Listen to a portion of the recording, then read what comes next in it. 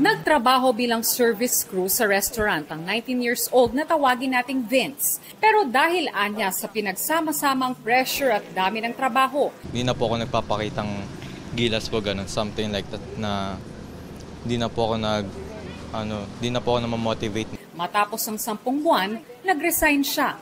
Ayon sa isang human resources consultant, isa sa mga senyales na nagka-quiet quitting na ang isang empleyado kapag wala na siyang motivation para magtrabaho. Yung hinihintay niya na lang na ma-fire siya, wala nang yung productivity niya. Ang team manager naman na si JR, di niya tunay na pangalan, nakaranas daw ng tinatawag namang quiet cracking.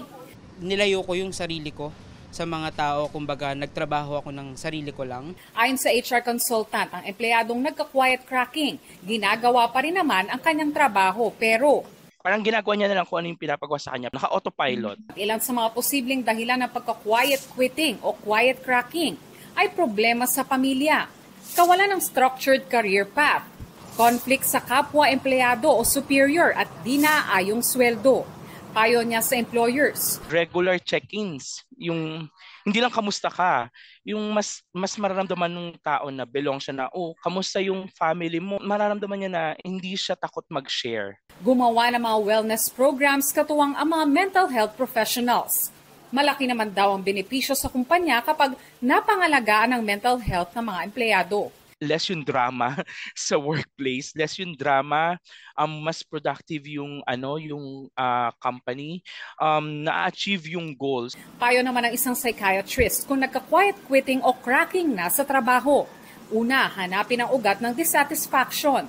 Pangalawa, i-communicate ito sa boss, supervisor o katrabaho. Mainam din anyang balikan ang dahilan kung bakit pinili ang trabaho sa umpisa. Para bumalik yung kanyang reason for being there. Kasi sometimes na due to the stress ng work, nawawala tayo sa focus.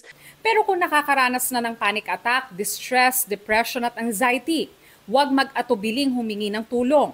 Sa workplaces naman, mainam daw na bigyan ng safe space ang mga empleyado. No judgment, bawal judgmental, at sana ay we foster yung compassion, kindness sa isa't isa. Kasi of course, kanya-kanya tayo ng mga pinagdadaanan.